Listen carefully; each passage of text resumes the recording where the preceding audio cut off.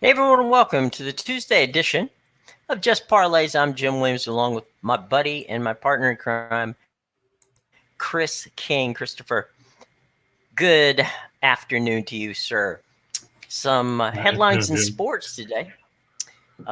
You've got something from the winter meetings in West Palm Beach down there, where the owners are meeting at the Breakers. And Right, they're going to change the overtime, but only in the playoffs. But nobody wants to watch the Jets and Jaguars go to multiple possessions in overtime anyway during the regular season. So it's a change, that probably needed to come into play after we saw what happened this past January in the divisional round, where the Chiefs took the ball and went down the field and scored. The funny thing that I see out of all this is the Chiefs fans are complaining that when they pitched the rule change, what was it, 3-4 years ago, after Brady won the AFC title game that way, it didn't get changed. But now, because Buffalo lost and Josh Allen didn't get a chance to drive down the field, all of a sudden, the Chiefs have been wronged and they should have reinstituted this rule back then. But the difference between these situations, besides the fact that nobody cared about it then, was the fact that Buffalo wasn't the one that came up with this rule change concept in the first place. It was the Colts and the Eagles, and the Titans had a rule change of their own that they proposed. In 2018, it was the Chiefs who came up with they wanted the rule changed after they lost. right. But everybody wants to overlook that part because, revisionist history and all. For sure. But prior to what happened to the Chiefs and up to today, there's been, I think, last maybe 12 teams have offered up their own variety of reasons of what to do for, to the competition committee for overtime changes. So it's been in the works for a long time. And, I think it was really the sun shined on at this time in large part because we had those crazy wild card games where things happen and people, at home were not happy about it, as well as the players and the owners weren't happy about it. So, finally it gets fixed, and, at the end of the day, it gets fixed. So, Chiefs fans, live with it. Okay. You'll learn to live with it. You'll learn to love it. Yeah, I'm sure even Steen will be, as much as he's a Chiefs fan and a big part of Chiefs Kingdom. I think even he understood the concept that this rule needed to be changed. Michael, I don't live in New York State anymore. I don't live in, and even when I didn't live in Erie County. So the public offering for that stadium, that'll fall on other people. But I mean, for all the, and that's another thing that irritates me, is you see a lot of people complaining about all the public money that's going to be put into this new stadium in Orchard Park. And, the government should have better things to do with their money and all this other stuff. The bottom line is there's 28 teams out of the 32 in the league that have stadiums that are funded, at least in some form or fashion, by the general public. I mean, the only 4 teams that don't are the Jets and the Giants at MetLife Stadium. And, of course, SoFi, because Kroenke has $8 zillion in his pocket, being married into the Walmart family and everything else. So he could afford to do that. The Washington franchise, the stadium was built by Jack Kent Cooke. It was finished by Dan Snyder. The land was owned. The only lease they have has to do with the actual physical infrastructure around it. In other words, roads that were built to get you there. So their lease with the state of Maryland has nothing to do with the actual payment of the stadium or any of that stuff. But you're right. There aren't that many people who do, and everybody else does. And it's, the way it's done usually is through a tax which is paid for by the people who, it's because user tax usually. That's means that basically what you're doing is the people who would go to the games are likely to be the ones who are spending more money. And if you want to talk about getting, Chris, you just brought up the point about the Jets and the Giants, right? At the Meadowlands. I have a friend who was a lifelong New York Giants fan whose wife said that if he were to actually, he had season tickets till they moved to the new MetLife Stadium, where the Giants, his 4 season tickets to the Giants for just the PSL, right, would have been $45,000 just for the PSL. That doesn't count the tickets. That simply just counts the PSL. Now, here's the crazy part. That PSL for the 4 Giants seats would be sold again for the 4 Jets seats who, on the week that the Jets are there. So they double sold that seat. Same thing Kroenke did in at SoFi in Los Angeles. It's crazy. He now has one lovely man cave, which he spent because he's not going. And people, look, I understand the tax situation, folks, but it's part of living in and wanting to have Major League Sports in your town. It's just because otherwise you won't have a team because they'll go somewhere else where people will throw that money around. I mean, just look at how many times we've seen the Raiders move. Yeah, yes. I was going to say. Or ask St. Louis. Well, St. Louis actually won a case. Well, no, they didn't win the case. They got a settlement of, I think it was $750 million from the league, which was kind of under the radar talk about. And what that was is they put up, a serious amount of money to build another stadium for the Rams, and then Kroenke moved to LA. So I mean, even going back to when the Cardinals left in '87. Yeah. Mm-hmm. When Bidwell left town. Right. I mean, so they've gotten jilted twice too. They have, and some of these stadium leases are totally crazy, and you do have a right to find out what's going on, pay attention to that. But politicians can be smart in how they do it, and now most of the time you're getting buy-in from the owners, so that's a good thing. So there's that. And Michael, no, you'll never see a dome in Buffalo. I understand that they could potentially host a Super Bowl then, but there's so much to be said for the atmosphere in late December and early January when there's 3 feet of snow.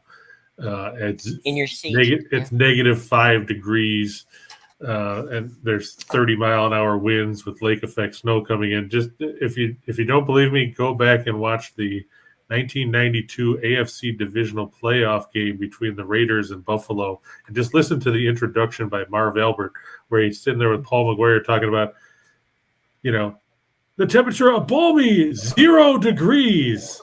With the wind chill, it feels like 25 below, and it snowed in Buffalo 28 of the last 29 days. That's what you call consistency. Yeah. And Jim, Michael had a question about those PSLs. He said, what happens when the Giants play the Jets on that PSL? Then what do they do? Who gets precedence with the seat? That's a good point. If it's a Giants home game, the Giants get it. If it's a Jets home game, the Jets get it. That makes sense. So it'll be, I imagine it'd be the same thing at SoFi then. Yeah.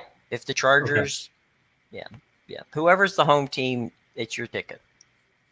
So there you go. But by the way, PSLs are not new. I mean, the PSLs go all the way back to the days when, remember the Pontiac Silverdome for the Detroit Lions.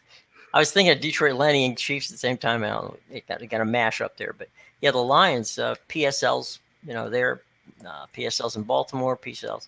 Almost every new stadium has had some sort of PSL, not at the level of insanity that the Giants and the Jets did, but yeah, pretty amazing amount of money in that regard. Speaking of money, tell you what we're going to do. We're going to help you spend some and hopefully make some. All right, Caesar Sportsbook, March Madness promo. Bing, bing, bing, bing. Here we go. Bet $20 or more on men's college basketball and get $200 free bet if your team scores a single point.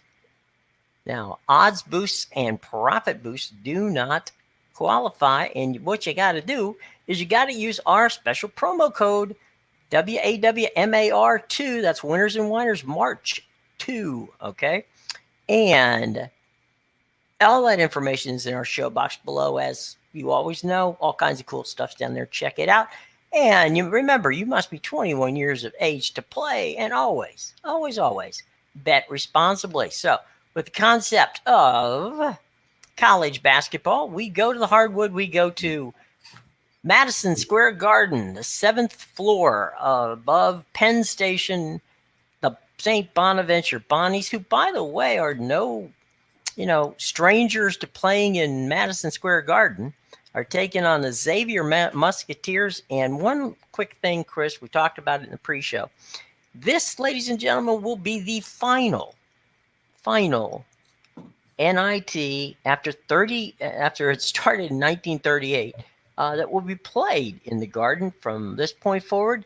The wonderful folks at ESPN Marketing have decided they're going to move it around. So enjoy one last time at the Garden, the Bonnies and the Musketeers. Go ahead, I personally Christopher. hate that concept of shuffling stuff around. I mean, there's so much history in the Garden itself over, like you said, the last 8+ decades. To move it to somewhere else, and even to keep it, if it's not a fixture somewhere and it's a rotating thing, it kind of devalues the whole point of the tournament, because everybody, when they get into the NIT, they've always thought about, our goal is to get to the Garden. Now, what's it going to be? Our goal is to get wherever we're playing this year.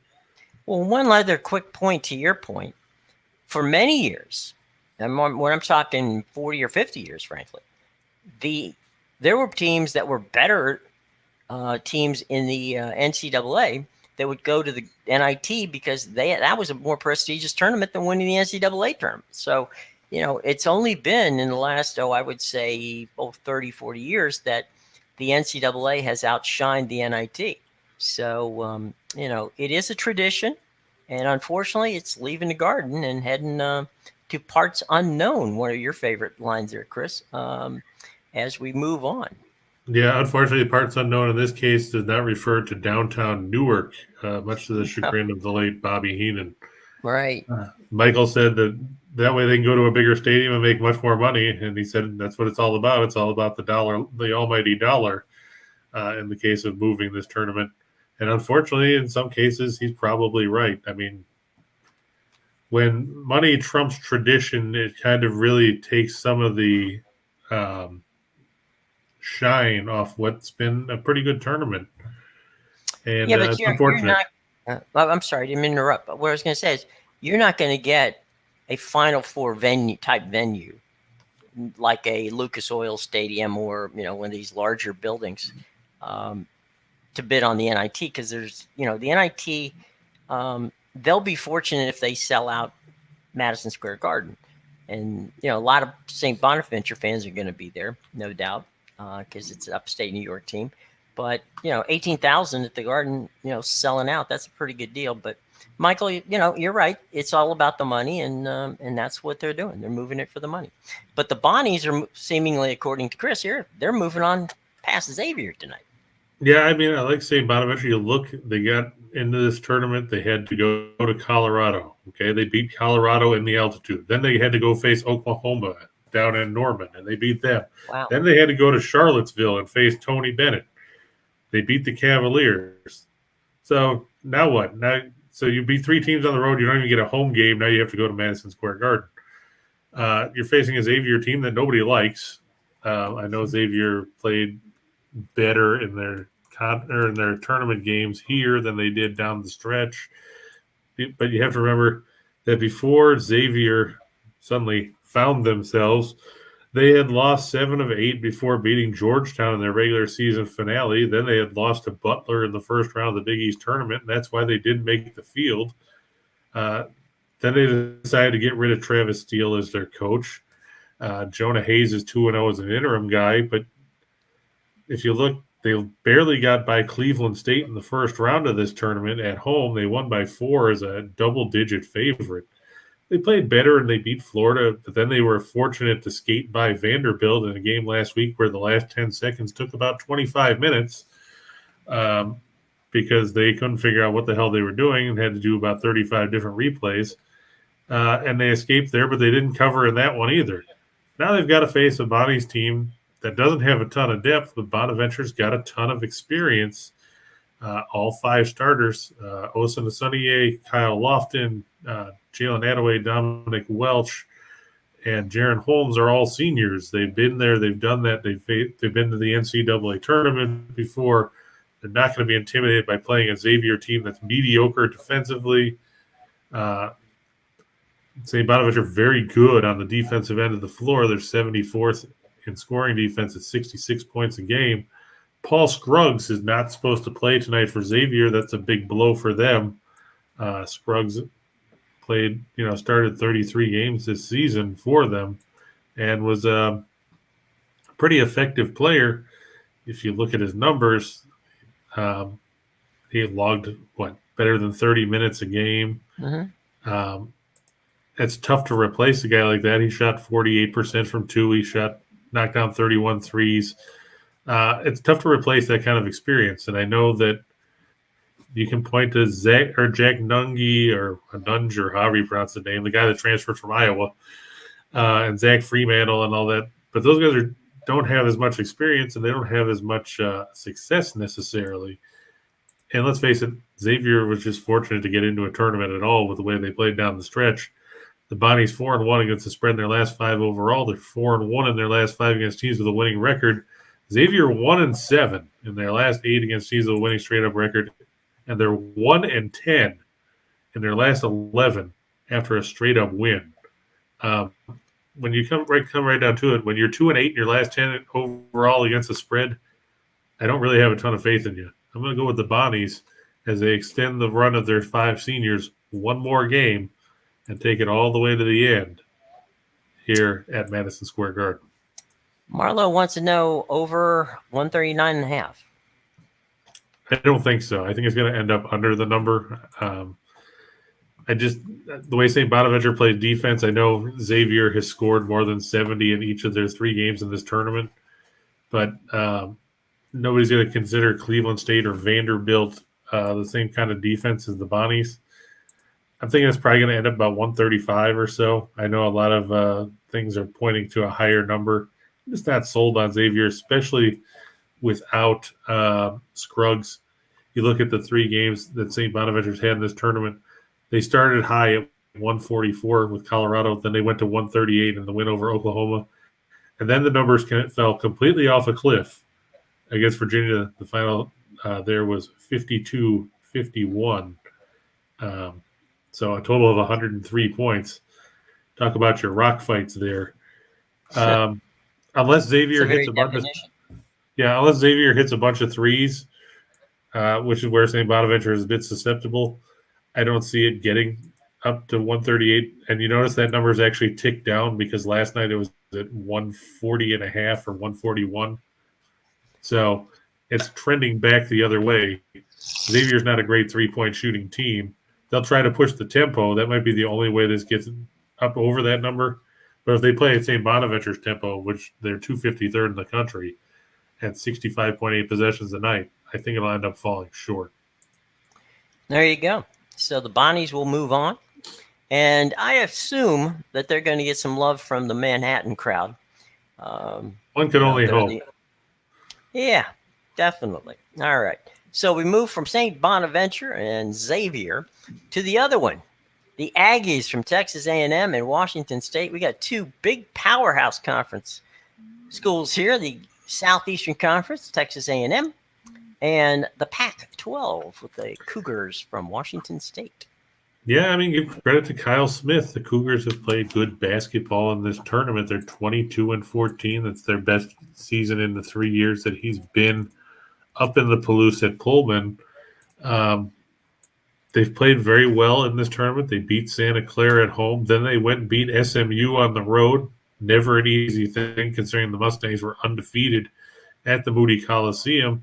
And then they went and they rolled over BYU in a game where I didn't think they were going to win, much less win that convincingly, because we all know how hard it is to win at the Marriott Center if you're not named Gonzaga. Here, though, I think, they're running into a Texas A&M team that's very motivated. They won 7 straight before losing to Tennessee in the SEC title game. Then they came out They've won all 3 of their games in the NIT by double figures. They beat Elkhorn State by 12. They beat Oregon by 15. They beat Wake by 15. Buzz Williams, apparently, after his team was passed over for the NCAA tournament, wrote a scathing 9-page letter to the committee detailing why they should have been in the tournament as opposed to, some of the other teams, cough, Michigan. Let's face it, Texas A&M is a team that is going to make things tough for Washington State. Washington State doesn't turn it over a lot, but they're facing a team that can definitely force miscues. The Aggies are 8th in the country in turnover percentage, forced at 23.9%. Neither team really has much of a big man group to talk about. So that's going to come down to guard play, really, when you get down to it. Texas A&M is 130th in scoring offense. Washington State's 154th. Washington State does not shoot the ball for beans. If you look, they're 327th in field goal percentage at 40.7%. They're 322nd in two-point shooting at 46.2. They try to make their money on the perimeter, but they're still only a middle-of-the-road team shooting out there at 33.8%. That puts them right in the middle of the pack in the country. Texas A&M defends pretty well. They're 79th three-point defense at 31.8%. They give about 6.7 threes a game. This one's going to be another rock fight, too. I mean, if you look, Washington State's 44th in scoring defense. Texas A&M is 84th. In the tournaments themselves, Washington State is giving up, I think it's 57 points a game. Texas A&M is giving up 58. Could be the first one to get 65 wins, and who knows if we'll even get there, given the way that we've seen things play out between these teams. In the end, I just think Texas A&M's motivation and their momentum down the stretch is going to be the difference. And like Neil said, it's a big time change because you're going it's a 3-hour time switch from out west to here, and it's a long trip from Pullman to New York City. Let me tell you, I drove once from Seattle to Buffalo.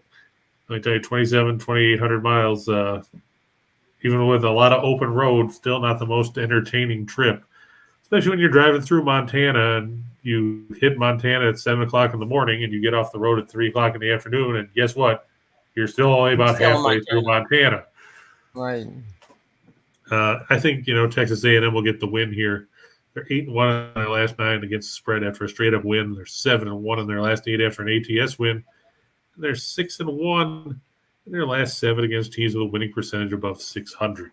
That'll be a good game if you want to go to sleep, because I don't expect a lot of flashy offense by either team here. But kudos to both teams making it this far, because nobody would have expected it probably when the tournament field was announced. No, and Texas A&M's not known for their basketball program. No shade on them. I have had 4 members of my family graduate from Texas A&M, so if I do say something, they'll find out about it, and I'll get hell for it. So I'm not going to. Well, they just did, or they just heard you say it. Hopefully, they're not basketball fans. So, actually, they're San Antonio Spurs fans. So we'll go with that. Oh, that's even worse. Well, once upon a time, it wasn't so bad. No, this is true. Now, not so much. So anyway, we bid adieu to there'll be at least one more game at the Madison Square Garden for the NIT before. Yeah, do we know when that is? Do they have a date for that? I mean, I'm sure they do. I just don't know what it is off the top of my head. Yeah, I don't know what date it is off the top of my head. It's Friday night, I think.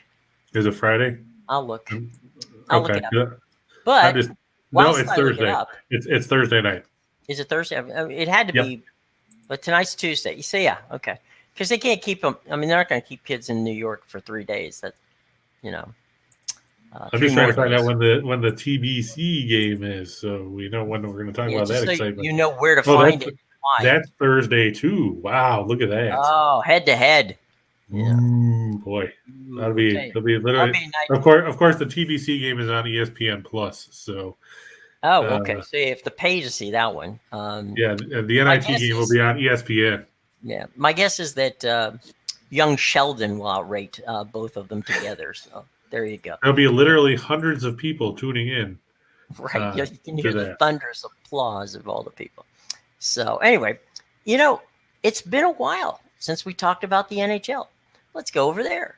By the way, Chris, I got to say to you, you were right about the Hurricanes and the Capitals, much to my personal chagrin last night. Damn I me. was surprised that it was that one-sided. In Yeah, all so was honesty, I. I but there were a thought, lot of one-sided games last night. I thought to myself, well, wonder how the Caps are doing. I check my phone; it's 4-1. I go, no, I'm not gonna watch this. Why would I? Well, don't forget they had that game when they led 4-1 earlier this year. Remember, and then they gave up like 57 goals in the third period. Yeah, well, that's the Capitals for you. Okay, it happens. Yeah, if you look though, there was 5 games yesterday. The winning team blowouts. scored 6 in 4 of them. The Big, losing team scored 1 in 4 of them. good time to have the over. And the only game that had a 1-goal margin was when Buffalo came back to beat the Blackhawks 6-5 in a game where they were down 3-0 after the first period. So thanks Chicago for blowing that one. Give the tying or the winning goal with 10 seconds left in regulation. Give the tying goal with 2:14 to go in regulation. And we talked about that yesterday about how the Blackhawks, were down to Connor Delia and Kevin Lankinen in net. Neither one of those guys really going to move the needle. But Chicago was ahead 4-0 in that game, a minute 21 in the second period. Hey, Zach, from our Facebook page wants to ask a question. The Hurricane. Yeah, I'm kind of concerned about Carolina tonight because they have to go to Tampa Bay. I believe it's going to be Antti Ranta getting the start tonight, which he hasn't been bad, but I don't know if you want to deal with Ranta against Vasilevsky. Tampa Bay, of course, they're fighting in that crowded Atlantic division where now all of a sudden everybody wants to be right clustered together, battling where a team can go from in the guaranteed playoff spots to a wild card spot on a daily basis. You look, Florida's got 94, Tampa Bay's got 88, Toronto and Boston both have 87, and oh yeah, they're playing each other tonight. So that'll be entertaining. Carolina, they've got a little bit of a margin. They're 5 points ahead of Pittsburgh. I'm just a little bit concerned about having to go to Tampa, playing the second game of back-to-back.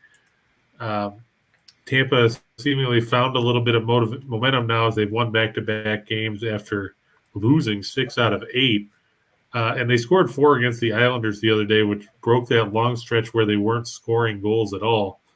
In their previous 4 games, they had scored a total of 7 goals. I'm going to lean for... Oh, go ahead, Jim. No, I was just going to say one of the things that people kind of forget about the back-and-back, especially when you're going from D.C. to Tampa, right? They left D.C. likely somewhere around midnight. They got to Tampa sometime around 3 o'clock in the morning. They got in their hotel sometime around 4 o'clock in the morning, and now they're playing it. Puck drops at 7 o'clock.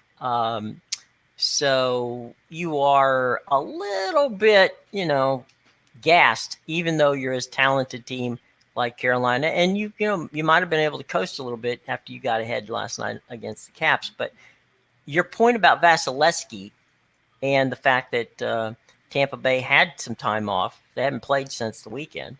So that's not a good recipe for taking back-to-back wins.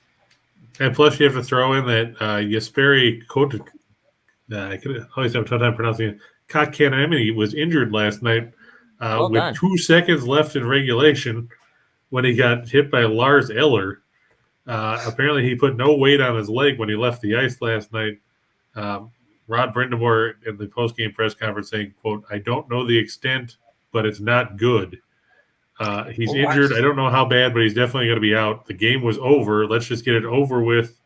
2 seconds left. I don't like it, but nothing you can do about it." I know that he's not a big contributor. He's a third or fourth line guy right now, but he's been playing well. But taking a blow like that's definitely going to hurt their depth. You're going to have to juggle lines, and Tampa Bay is a good hockey team. Right. Two-time defending Stanley Cup, so not bad. And the Zach, Wild and the Flyers. And Zach, don't feel bad. That Blackhawks meltdown screwed over a lot of people. I wasn't happy about it because I picked Chicago yesterday too. Not just because I hate the Sabres, even though I'm from there, uh, but I thought Chicago would win that game. I was just disappointed with the way they played after building that big lead. But yeah, moving on, like we said, Minnesota and the Flyers. If there's a team that we like to fade, it's the Flyers because why wouldn't you? They're terrible. The Well, Broad they're Street East Coast Bullies. version of the Coyotes. Yes. Yeah, the Broad Street Bullies are no longer. It's now the Broad Street Babies because if we're going to be alliterative, the Broad Street Wimps doesn't really have the same ring to it. Nah. Minnesota's 40-24-4. They play well at home ice. The Flyers are terrible. It doesn't matter if they're at home or on the road. They're equal opportunity losers. They're 13-20. Carter Hart's 13-21-7 with a 304 goals against, a 909 save percentage, and 1 shutout. Marc-Andre Fleury going to get the start tonight for Minnesota over Cam Talbot. It's about time. That's why you traded for him.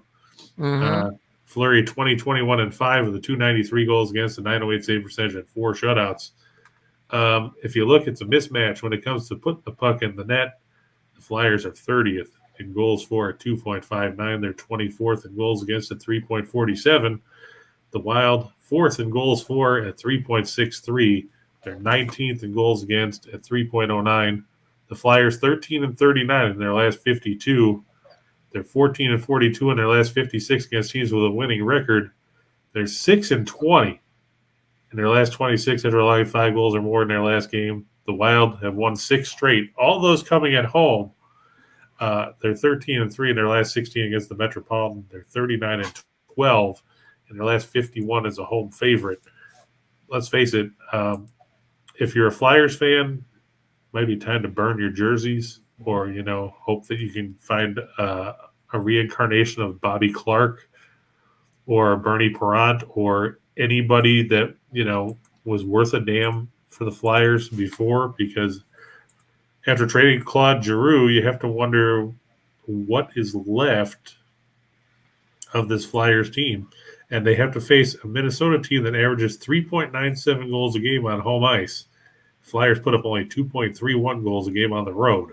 It's going to be a rough night for Philadelphia. I know Matthew was talking about how the Flyers gave him a scare the other night when they played Nashville. They jumped up 2-0 in that game after one period. They were up 3-1 and then proceeded to lose 5-4 because the Flyers cannot deal with success.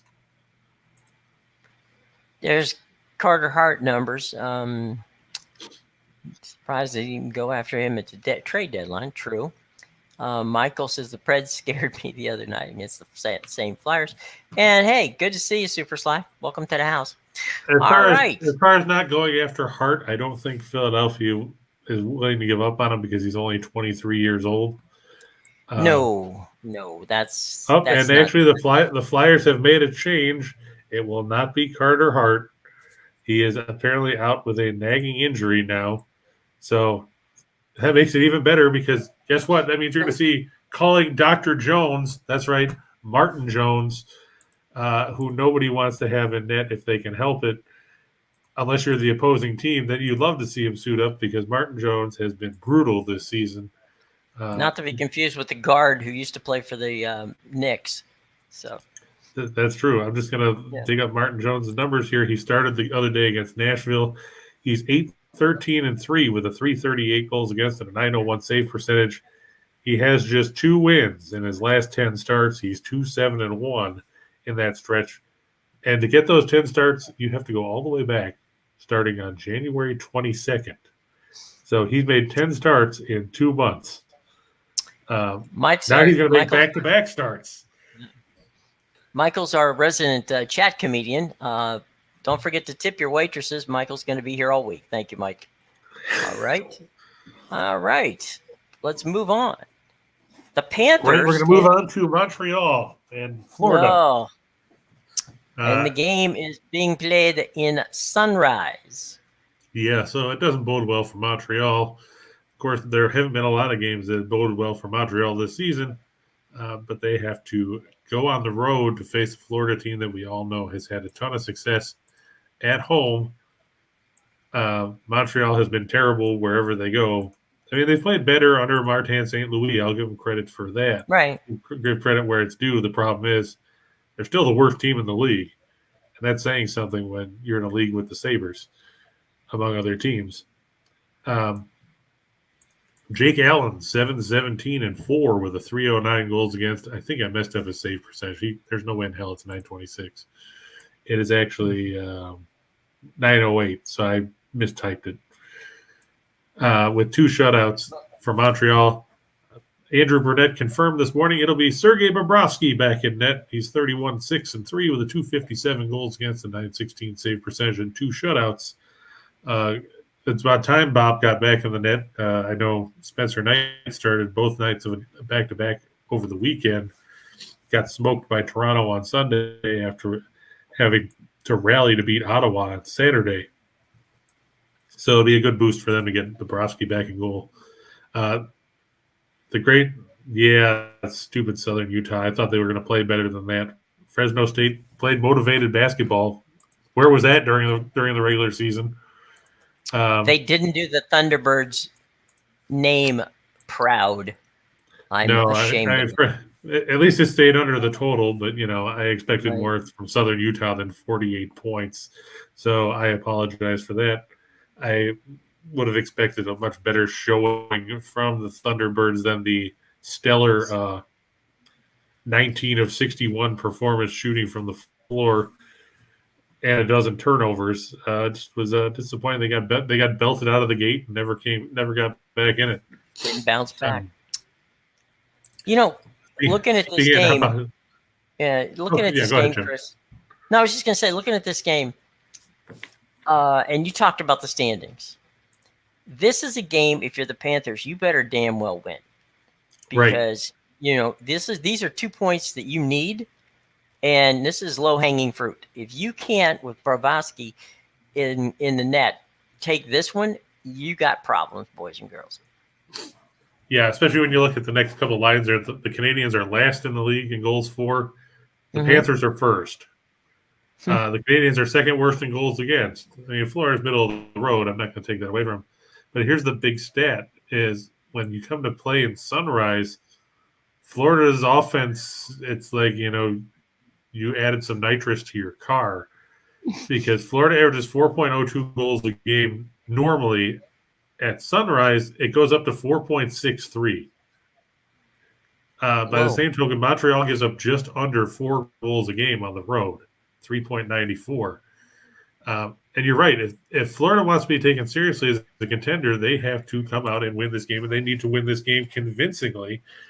Not like we saw the other day against Ottawa, where they were down 3-0 in the second period, had to come back and win in a shootout. Not like they played against Toronto, where they got smashed into the ground 5-2. And there's a lot of big, heavy numbers on the hockey docket tonight. Just looking around. Lane has a quick question for you. Panthers, Bruins, Penguins, Wild on the money line. Well, I'm never going to endorse picking the Bruins because they're playing Toronto. So I tend to stay away from games that the Leafs are involved in just because of a personal interest in the game. I think that Boston probably has a slight advantage because they're at home, and the Leafs have Peter Mrazek starting again because they don't have Jack Campbell back yet. Yeah. The Wild I like. I mean, we talked about that. The Panthers, obviously. And the Penguins are playing the Rangers. The good thing for Pittsburgh in that case is that they're playing at the Glass House because when they played at Madison Square Garden last week, it was the Rangers who jumped all over Pittsburgh. And what was it, a 5-1 victory? Yeah, it was a very un-Penguin-like performance. And, of course, Pittsburgh coming in off that narrow 11-2 win over Detroit the other day. The eke by. Yes. Yeah, they eked it out with a late goal. Yeah. Or 6. Yeah. But, more power to them. That's like playing the entire game on a power play. Pretty much. I mean, that just shows you how bad Detroit's goaltending has been at times this year. Jeez, yeah. Well, tell you what, we got the NBA coming up, and a couple of questions on the NBA. A lot of Bulls fans here today. So anyway, let's. Yeah, the Gotta be Bulls were another someplace, team right? that disappointed me yesterday with the way they played. Yeah. I expected better, especially against a Knicks team that's basically going nowhere. And Billy Donovan's got to get that team together quick. And Yeah. Miami's fading too, so who knows what's Yeah, going of course. I said Miami. I was going to fade them because they've played so badly, and I said take Sacramento plus 85 points, and then of course Miami wins by 23. Just Okay, to say, ha! Take a look at that. We can beat a bad team. Washington is the Eastern version of the Lakers. You fade them. Yeah, I know the Bulls are playing the second game of back-to-back. You can call me a glutton for punishment here because I'm going to lean on them to right the ship here because, like Jim said, with as crowded as the Eastern Conference playoff standings are right now, and let's face it, they are crowded. If you want to get one of those guaranteed spots and not get stuck in play-in hell, the Bulls currently stand one game ahead of seventh place Cleveland. Now they're tied with the Raptors for the 5th and 6th spots. So they need to start winning games. And what's even worse is, I don't know if you've seen the standings, Jim. Miami is first. Yeah. Then Philadelphia, Milwaukee, and Boston are tied one game behind.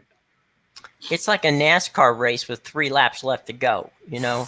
They're drafting and waiting for something to happen. It's like Talladega. I'm just waiting for the crash where Right. it wipes out half the field. Waiting for one of the teams to crash and the rest of them to fly by. You only need, and we're only 3 weeks away from the season ending. So, right. At this point, if somebody gets hot for a week, they could salt away. They could make that run. Yeah, because you have to figure there's a lot of teams that only have 6, 7, 8 games left in the regular season. So you win 3, 4 in a row, you're in good shape. Mm-hmm. Whereas if you don't, of course, you could be tumbling down into the playoff hell or play-in hell or everything else. Right. So this is basically a must-win for Chicago. I mean, Washington is 12th in the East. They're 5.5 games back of the Hawks for the final spot in the play-in tournament. So they're basically, ready to mail it in. Just taking a look here at the injury report, see if there's anything exciting. Alex Caruso probable for the Bulls. Zach LaVine is questionable with a sore knee. So watch out for that with it being the second game of back-to-back in case they decide to rest him. Of course, for the Wiz, you won't see Bradley Beal, who everybody knows is out. Vernon Carey Jr., Kyle Kuzma is still out with tendonitis in his knee. Everybody else is down in the G League. It boils down to, Chicago has a better offense than Washington, especially without Beal. They're slightly better defensively. The Wiz are 5-17 in their last 22 after a straight-up win. I know that they beat Golden State the other day. So what? We saw Memphis destroy Golden State yesterday. And like Matthew said earlier, Taylor Jenkins is going to get some votes for Coach of the Year. Interesting stat I saw, Jim, is the Grizzlies are 18-2 this year when Morant doesn't play. Yeah. How about that? A 900 win percentage without your best player. Am I worried about Porzingis? Well, I mean, Porzingis will get his points. The concern, of course, will be, can anybody else score any points for Washington? Now, of course, I'll say that, and Porzingis will score, 65 points and shoot, 27 of 28 from the floor and grab 45 rebounds. Everybody will be thinking of Bill Russell. But in the end, I just think that Chicago, even though they're playing the second game back-to-back, the game means more to the Bulls. They've got to win this one in order to right what's been a listing ship. They're 8-3 against the spread in the last 11 meetings, and they're 8-2 in the last 10 in Washington. Don't get me wrong, Porzingis will get his, but I don't trust the rest of the Wizards' rotation to bail him out. And their defense is, weak, and that's probably being generous. Well, Billy Donovan knows if he wants to get himself in a position where he doesn't have to look into a situation of playing a 3-4 or 4-5 or one of those kind of situations. Try to get that number one seed if at all possible. Because Yeah, playing at the they're United 4.5 Center, back now of yeah, the top seed. They're yeah, still now they're 3.5 behind the Bucks for the Central Division. yeah. So if they can get at least, I mean, playing at the United Center, they're a much better basketball team. I know that's Captain Obvious. So speaking as Captain Obvious, they are better at the United Center than they are on the road. So there you Just go. in breaking bulletin. Yeah. Oh, speaking of our other favorite fade team, ladies and gentlemen, we present to you the Los Angeles Lakers. That's The right. Los Angeles Fakers. Yep. And yeah, I know Jokic, like Michael said, Jokic had a triple double last night. And, I make fun of Tim because of he pretty much that's a standing thing for him. Whenever the Right. Nuggets play, he puts money on the triple double for Jokic. In this one, let's face it, this game's in Dallas. The Mavs are 26-12 there. The Lakers are bad. Doesn't matter where they are. Everywhere. They're Yeah. much worse on the road, 11-25. Now, I know Dallas doesn't score a ton of points. They're 25th in scoring offense, but guess what? The Lakers are 26th in scoring defense. Meanwhile, the Lakers' advantage offensively is negated by the fact that Dallas is second in scoring defense at 104.1. And let's take a look at everybody's favorite thing, the old injury report that shows you both Anthony Davis and LeBron are doubtful. So don't expect to see King James or AD on the floor. So you'll get to see Carmelo Anthony and Russell Westbrook combined to shoot the ball 45 times and probably make about 12. Dwight Howard is probable. So, hey, if you want to see bad free throw shooting, there you go. Meanwhile, for Dallas, Sterling Brown and Trey Burke are in the protocols. Tim Hardaway still out after having surgery on that broken foot. And Theo Pinson, the 14th guy in a 12-man rotation, out with a broken finger. Either way, Luka Doncic is still playing. You look at that 11-25 on the road for the Lakers. You know what? People forget this. The Clippers games count as road games against the Lakers. So, that's true. So they can't even win in their own building when they're on the road. So it's not and looking at their road splits, they give up 115.9 points a game on the road this season. Those are some ugly numbers. Opposing teams just wreaking havoc on what, let's face it, is a bad Lakers team. The Lakers just 4-12 since the All-Star break. They could use Magic. Yeah. They could use Kurt Rambis right now. Right. With the glasses. Or Michael Cooper. They need somebody that can play defense that has some grit. That's right. They've got enough flash. But it's the hotline. Yep. It's Kevin Harlan calling in to tell us what the latest is. What the latest is going on. But if you look, the Lakers since the All-Star break, 4-12, they're giving up 121.3 points a game in that stretch. That's a horrible metric. Opposing teams shooting better than 50% from the floor against the Lakers since the break. You're not going to beat a lot of teams when opponents are shooting 50+%. It's just not going to happen. And it's bad news for the Lakers here. I know that's a big number. But we're talking about a Lakers team that's going nowhere fast. They're going to be in the play-in tournament mainly by default. But the Mavs 4-1 in their last 5 as a favorite, 4-1 in their last 5 at home. The Lakers 2-7 against the spread in their last 9 on the road, and 1-4-1 in their last 6 as an underdog. You have to think that barring Rambis suiting up or Frank Brakowski or Jack Haley? Yeah. Man, they can go get Chuck Nevitt out of retirement. He sat on the bench a lot in Houston. I'm sure he's still got some fresh legs. He's got some hops left. Somebody help. Help me, ladies and gentlemen. Yeah, Byron Scott. That's right. Any, Silkies, man, the whole group. You could Jerry West, bring him back. Anyway, all right. We need Dale Goodrich. That's right. Gail Goodrich was a phenomenal guard. He backs real quick. Gail Goodrich was the first major UCLA player to be picked under the John Wooden era in the NBA. So there you go, trivia. I was waiting for you to say that he scored 6 points on you too. No, I never played against him. He was way before my time. All right, so we're leaving Dallas and Los Angeles, and we're headed to 2 for the money. Right. These are games we've talked about, well, except for the one. Whoa, wait a minute. It's a deja vu all over again. Yeah, we talked about the Bulls. We talked about the Wild.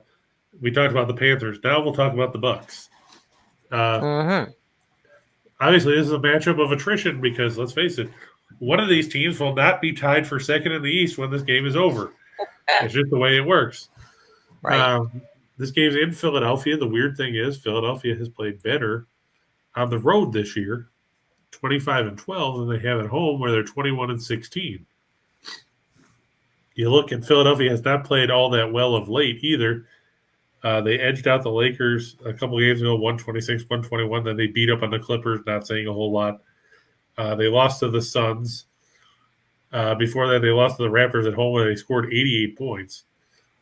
Harden hasn't looked as comfortable of late as he did when they first started. And Philadelphia was a house of fire originally. They've kind of cooled off.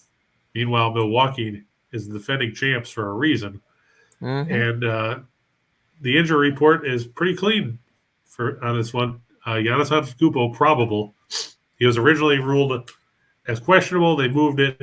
The line moved accordingly because originally this was a 4-point line, I think. It's now 1.5. Could have gone down since then. He's the only guy that's considered on the injury report to talk about because Philadelphia's guys are down in the G League. DeAndre Bembry, the only other name on the injury report, he had knee surgery. He's done for the year. The bottom line is Antetokounmpo, Middleton, Holiday, all those guys have actually won something in the postseason.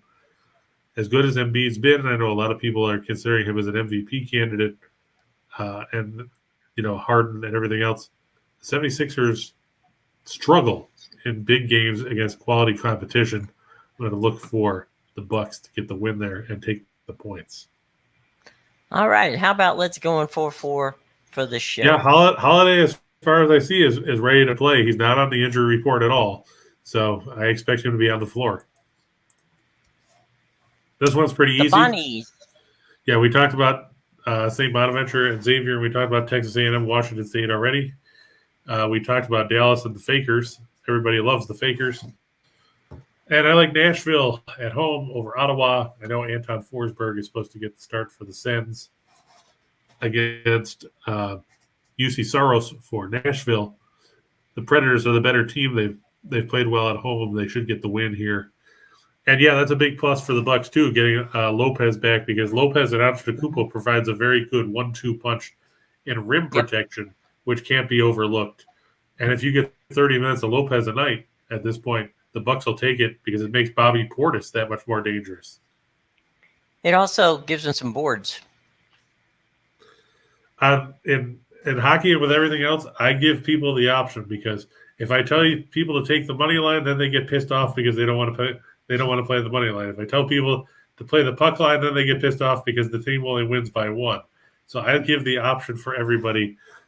So that way you can pick what you're comfortable with. If you don't want to give a puck line, because I know there's people that are always worried that the game's going to end up 4-3 with a garbage goal, like we saw with the New Jersey-Washington game the other day, then I advise to go with the money line. Same thing with basketball. There's some people that don't want to lay 12 points, and I get that. That's why we put them both up. It makes it easier for you guys because that way you know what you're dealing with, and you can pick what's more comfortable for you. I just find it's easier that way for everybody I'm glad you understand, JR, because you'll be surprised how much grief I get about people going, well, you put all the money lines, and now, I don't want to have to put minus 1,000 on something. Well, nobody said you had to. It said somebody didn't want to lay X amount of points on whatever game. Nathan's right. Puck line gives you more value for your buck.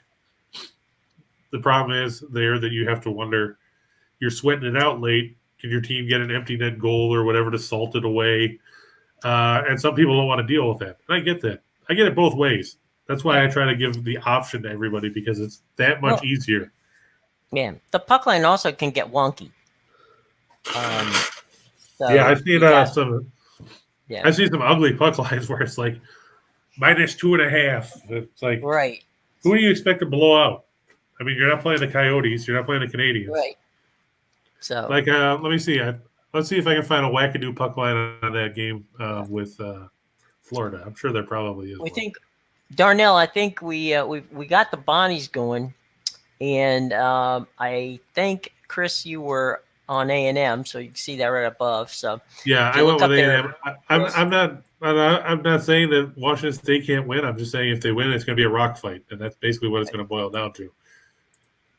There you go. If you wanted to play the puck line on Florida Tampa Bay, or not Florida Tampa Bay, Florida Montreal, if you play it at -1.5, it'll be around -150. If you want to say that Florida's going to win 7-1 or something like that, -2.5 goes off at +105 to 115, depending on the sports book. So Nathan has a question about Washington State first half under. what's the number on it for the first half? I haven't looked. Let me see if I can find it real quick because it's probably. And St. Bonnie on the money line. I would stick with St. Bonaventure anyway, just because that's me. But let's see, first half total for that 64. I do agree with. Go ahead. Yeah, I'd probably lean towards the under on that, just based on what we've seen. I'm just going to take a look here and see what Washington State's done in the first couple rounds, and then see what Texas A&M's done. Washington State's first half totals in this tournament against Santa Clara, the total was 50. Against SMU, the total was 59. And against BYU, the total was 61. Now, Texas A&M in this tournament, in their 3 games, their totals were 54. Okay, that one actually would have gone over. This was against Oregon, it was 65. And against Wake Forest, it was 47. So I would probably lean under in the first half. Because, especially with the way these teams play defense, you're not going to get a ton of points, I don't think. That's for sure. Let's go to the menu, my man. Shot in the dark. It's a full menu. Like we said, I'm going to stick with St. Bonaventure and Xavier. We've seen a lot of these teams already. Yeah, I'm going to look for them to stay under 139. Like I said, I know there's some people that are thinking it's going to end up in the 140s. If they do, hey, why not? I just don't think it's going to get there. Washington State, Texas A&M, under 132.5. And yeah, Michael's right. Playing in MSG, you're used to playing at home or in a venue that you're at least semi-familiar with. Playing at MSG, you got different sight lines and everything else. Jim, I'm sure you can attest to that. I'm sure you've been to the Garden a bunch of times. I will say the interesting part of playing at Madison Square Garden, it's an old school gym in so much as the new buildings have a lot of light around the court.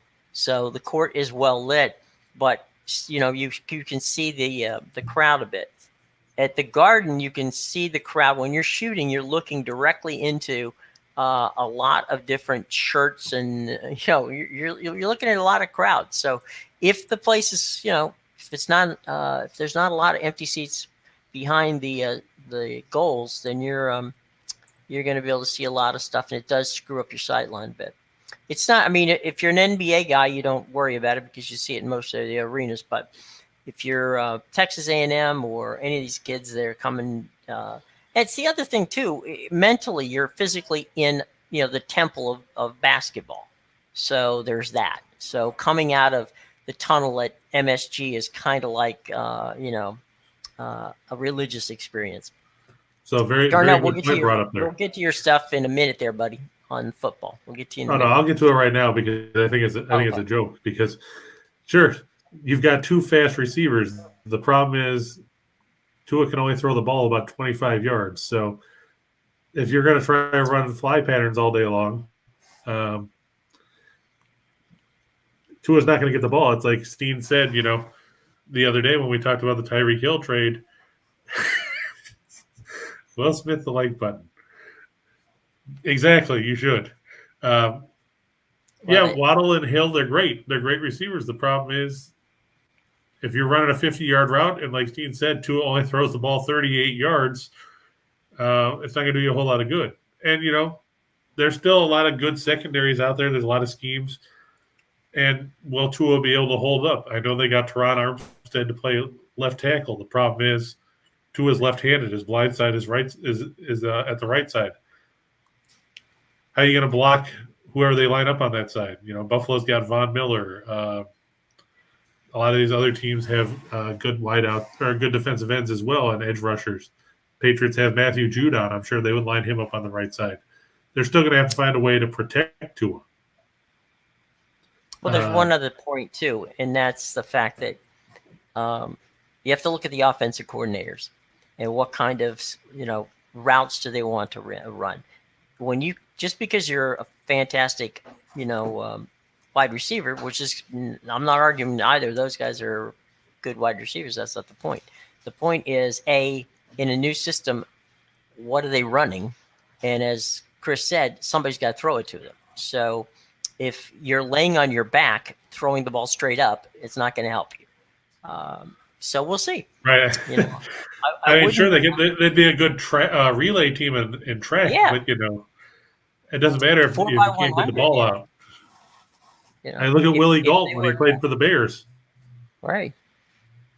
That's a prime example. He could outrun everything except for the ball. Yeah. Yeah, and Jim McMahon didn't throw deep, so. No, he didn't. He could have stood there by himself and not hit him. Yeah, moving back down the list here. Don't get me wrong. I think the Nets are going to win this game, especially now that the mandate's lifted, so Kyrie Irving can play at home. It's a big boost for the Nets down the stretch because otherwise he would have only been able to play one of the last 7 games, I think it is, that the Nets have.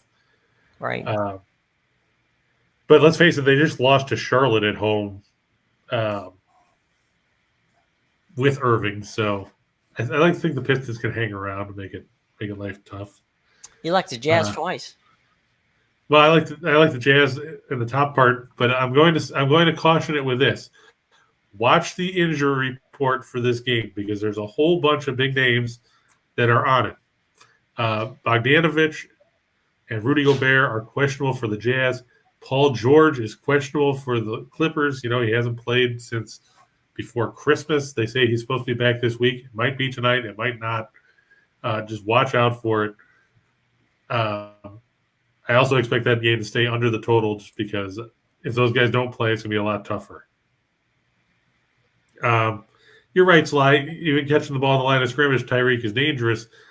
But would you rather be playing in an offense where Tyreek Hill can run 20, 25 yards on the field and get a pass from Mahomes? Or would you rather have Tyreek Hill catching a ball at the line of scrimmage where there's 11 guys around him or around the line that can get after him, catching the ball from Tua, who doesn't have the arm or the experience that somebody like Mahomes has?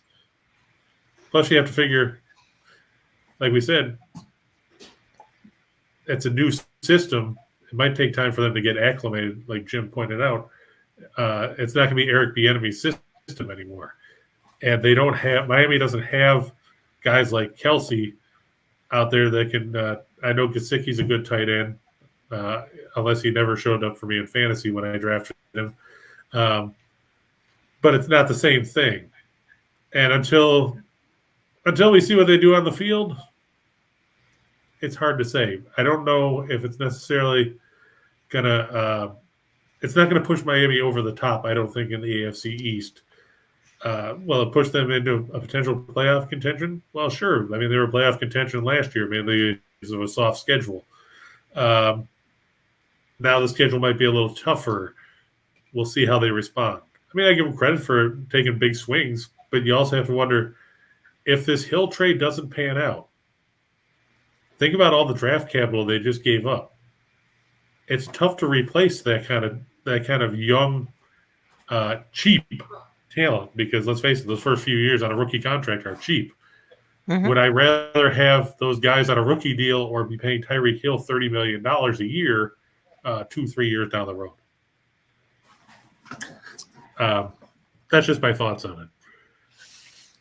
Okay. Jim has no thoughts, so we'll move on. Well, I mean, my only thought, as I said before, you've got a new head coach, you've got new coordinators, you're coming into a team that is not anywhere near the quality of the team that you just left. And this will be my final statement on it, and that is wide receivers, even elite ones, only make you better if you've got somebody who can throw the ball to them. And right now, one of the reasons that the head coach isn't there, Mr. Flores isn't there anymore, is because he didn't have the I guess the best way of putting it is he didn't have the confidence in the ability of Mr. Tua versus what the owner seemed to think of Mr. Tua. And last time I checked, Stephen Ross didn't really have much of a history of playing in the National Football League. So yeah, I mean, if Miami had Justin Herbert, right, which is who Flores wanted, right, it would have been a lot different. Then you would be saying, South Beach might have a football team. Yeah, but not so much this time.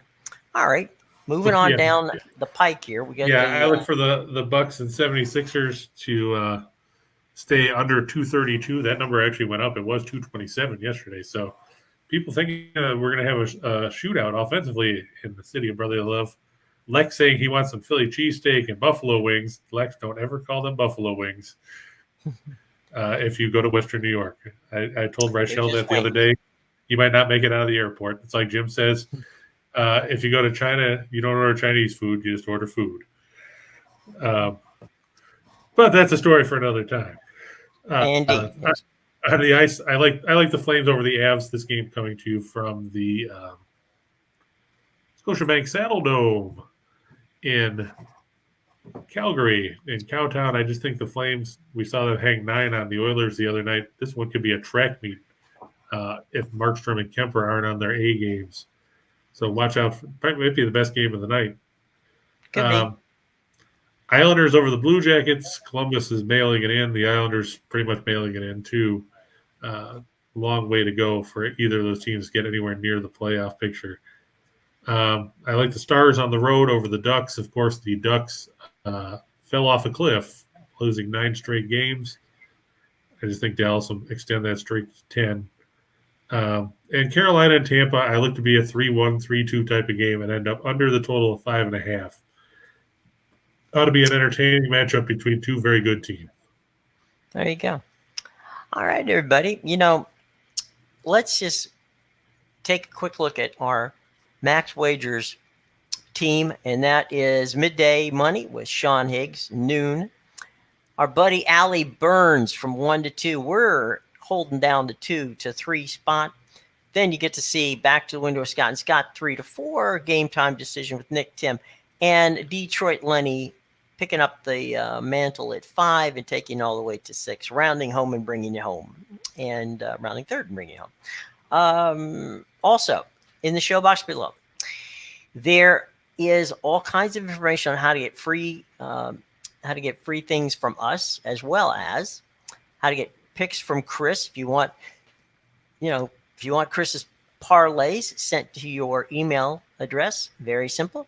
It's in the show box below, all of that, as well as, of course, our Caesars Sportsbook promotions, all down in the show box below, and how to follow us on social media. So by all means, check out the show box below. We greatly appreciate it.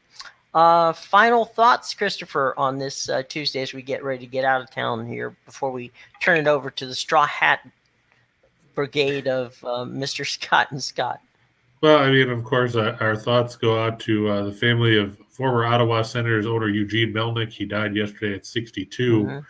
Be interesting to see what the Sens ownership looks like going forward. Of course, we'll have to see what Gary Bettman, of course, coming out saying today that cap manipulation isn't a problem in the NHL. if it wasn't a problem in the NHL, we wouldn't have teams like Vegas stashing guys on long-term IR so they could fit other guys under the cap. Will we see postseason salary cap down the road? Who knows? They probably need one because we've seen some of these teams use loopholes like that. I mean, not to point fingers at Tampa Bay, but the whole thing with Kucherov last year where he was on IR the whole year and then came out in the playoffs, they would have gone way over the cap. So you're gonna have to buy. The problem with players is they make money, so it's kind of hard to get the players to buy in on that. That might be. but I mean, the players are getting money anyway. They're getting paid whether they're hurt or not. It's just a matter No, I of understand. looping around the cap. I mean, if you look at Vegas right now, they're at $92.5 million, but they're technically under the cap because $14 million is on long-term IR. Right. So it's what we like to say in sports, creative accounting. Yeah, exactly. So that's how it works, boys and That's girls. the term. There you go. Creative accounting. All right. That's your economics lesson here today. That's all you're going to get from me. Chris is the guy with the math. I'm not. All right, boys and girls. It's been a pleasure. It's been a lot of fun. We will see you tomorrow, same time, 2:00. Stay tuned. Actually, they're already started on Max Wagers Network, the Ocho. The Ocho, yes. The Spanish version of Scott and Scott. Following that will be Cornhole. Yeah, before Lenny, Tim, and the gang. So, all right, boys and girls, have a great day. Thanks a lot for coming by. We greatly appreciate having you. And we will see you tomorrow at 2:00 right here on the Max Wagers Network.